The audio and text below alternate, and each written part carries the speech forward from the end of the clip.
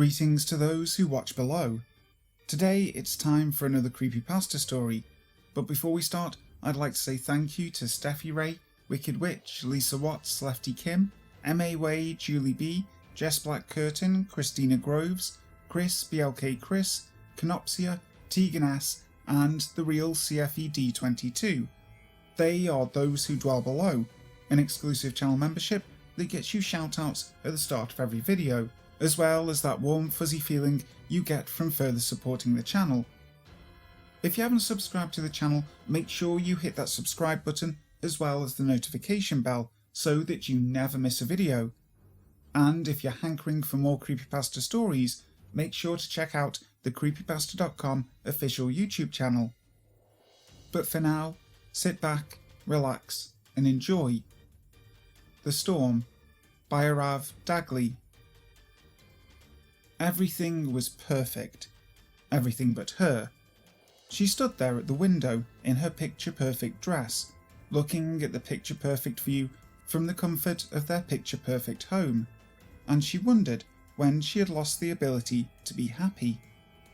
Just a while ago, she didn't have a care in the world, and now she couldn't even remember what happiness felt like. Her smile was as dull as the dark clouds building up across the lake. She got up in the morning and pasted the pathetic thing onto her face, feeling like it was too big, then too small, too wide, then too narrow. Every day was a struggle to make herself believe her lies about how happy she was with him, so content with everything he had done for her. Sometimes it seemed like he could do everything but love her. She was sick of it, sick of the beatings, the abuse, and the expensive gifts that were supposed to make up for his mistakes. But most of all, she was sick of herself, disgusted in fact for not being sick of him. She still loved him, that rotten excuse for a man.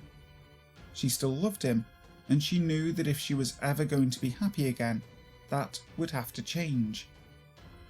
How was she going to stop loving him?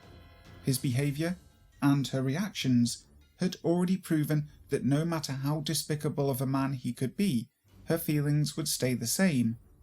As long as he existed, she would love him, serve him, suffer silently and miserably for him, as long as he existed. As long as he existed. There was going to be a storm later that day, a big one. He had left the window open that morning when he had gone to work, and she could feel the humidity making the entire house hot and sticky. The electricity in the air was almost tangible, and she could feel the hair on the back of her neck standing almost painfully at attention. But that wasn't from the electricity or the humidity. That was from the idea she just got, wasn't it? And she couldn't brush it aside now, and the more she thought about it, the more it made sense.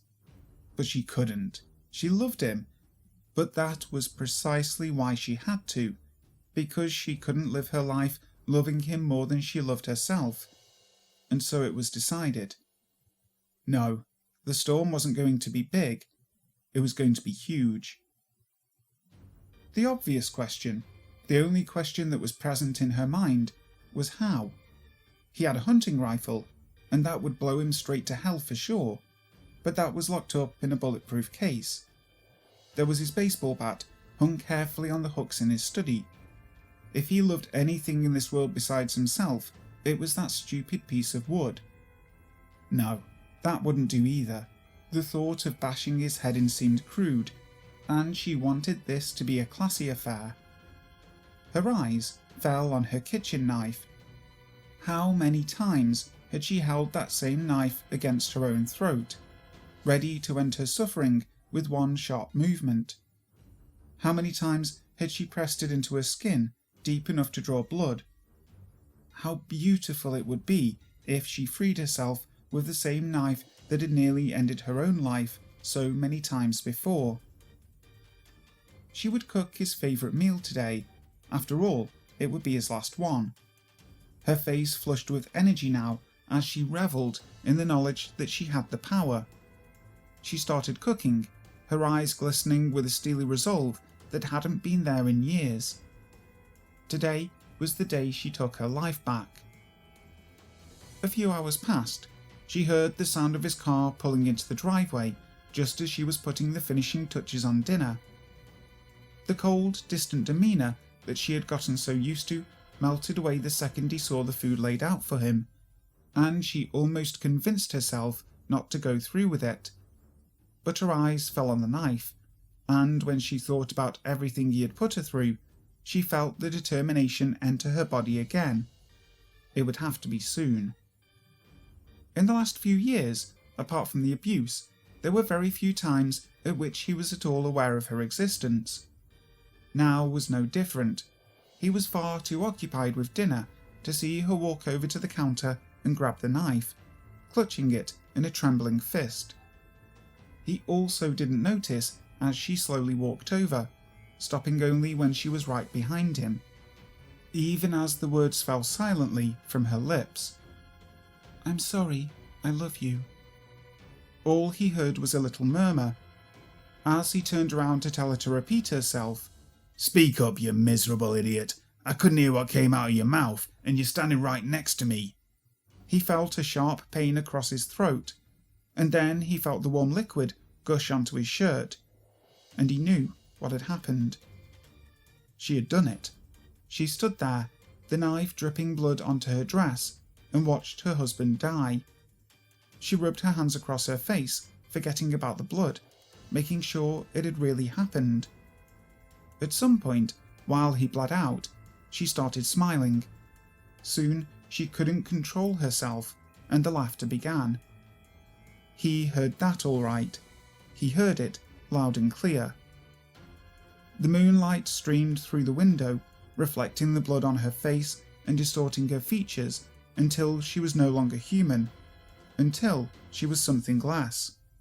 And as she laughed and laughed, the first clap of thunder rolled through the night, and the sky came crashing down. The storm had arrived.